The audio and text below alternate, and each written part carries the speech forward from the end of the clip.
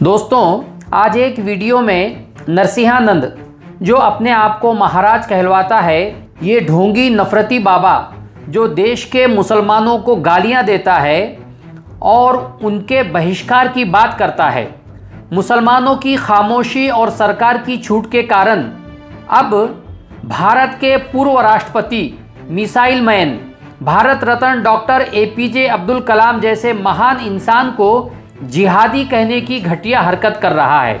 उन पे झूठे और घटिया आरोप लगा रहा है, जिसे सुनकर खाकी वर्दी पहने ये नालायक उस पे FIR करने के बजाय उसके सामने हाथ जोड़ रहे हैं। ये जो वो था ना भैया, क्या नाम था जिसने संसद पर अटैक किया था, अफजल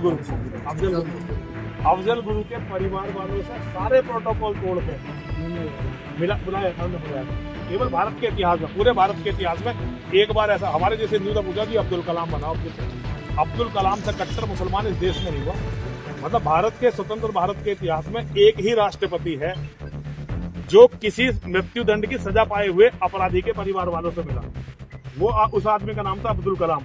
और जब तक अब्दुल कलाम उसके परिवार वालों से मिलने लिया था, अफजल गुरु ने फांसी की माफी की याचिका दायर नहीं की थी, मर्सी पिटीशन दायर नहीं की थी। वकील साहब को पता होगा ना। अब्दुल कलाम ने अफजल गुरु के परिवार वालों को अपने यहाँ बुलाया और उनसे कहा भी तुम मर्सी पिटीशन दायर करो, मैं बैठा हूं यहाँ पे। कांग्रेस की सरकार थी, कांग्रेस की सरकार ने इंतजार किया जब तक अब्दुल कलाम हटा नहीं, तब तक उन्होंने मर्सी पिटीशन राष्ट्रपति को होम डिपार्टमेंट में भेजी नहीं।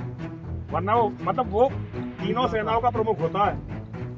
आप तो वर्दी में छोटे सब इंस्ट्रक्टर हो, वो तीनों सेनाओं का अध्यक्ष होता है भारत का राष्ट्रपति। उसका नाम था अब्दुल कलाम। DRDO। हमारी कायर और कमीने नेताओं ने उसे भारत रत्न दिया। एक बार वो अमेरिका चला गया राष्ट्रपति ना होने, आप गूगल पर सर्च करना। जब वो अमेरिका गया तो अमेरिका में जो है नंगी करके उसकी तलाशी ली गई थी।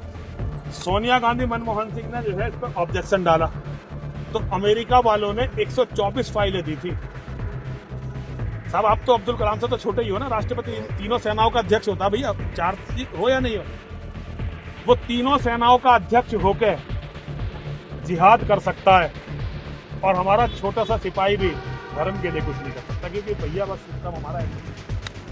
चलो जी महाराज, बहुत बहुत धन्यवाद आपका। मेन बात यह है कि सरकार हमारी है। एक तरफ वो इंसान जिसने अपना पूरा जीवन भारत की सुरक्षा, भारत के विज्ञान, भारत के युवा, भारत के विकास के लिए निछावर कर दिया, और दूसरी तरफ ये ढोंगी हरामखोर देशद्रोही जिसकी औकात सिर्फ नफरत बेचने तक सीमित है, उस महान व्यक्ति पर उंगली उठा रहा है। APJ अब्दुल कलाम वो शख्स है जिसने भारत को अग्नि मिसाइल दी, जिसने पोखरण परमाणु परीक्षण को सफल बनाया, जिसे हिंदू, मुसलमान, सिख, ईसाई हर धर्म के लोग अपना आदर्श मानते हैं। और आज एक ढोंगी हरामखोर देशद्रोही उन्हें जिहादी कहने की हिम्मत करता है। ये सिर्फ एक महान व्यक्ति का अपमान नहीं, ये भारत के विज्ञान, भारत की सेना, भारत के राष्ट्रीय गौरव का अपमान है। और सबसे बड़ा सवाल, ऐसे जहर फैलाने वाले बयान पर सरकार चुप क्यों है? गृह मंत्रालय खामोश क्यों है?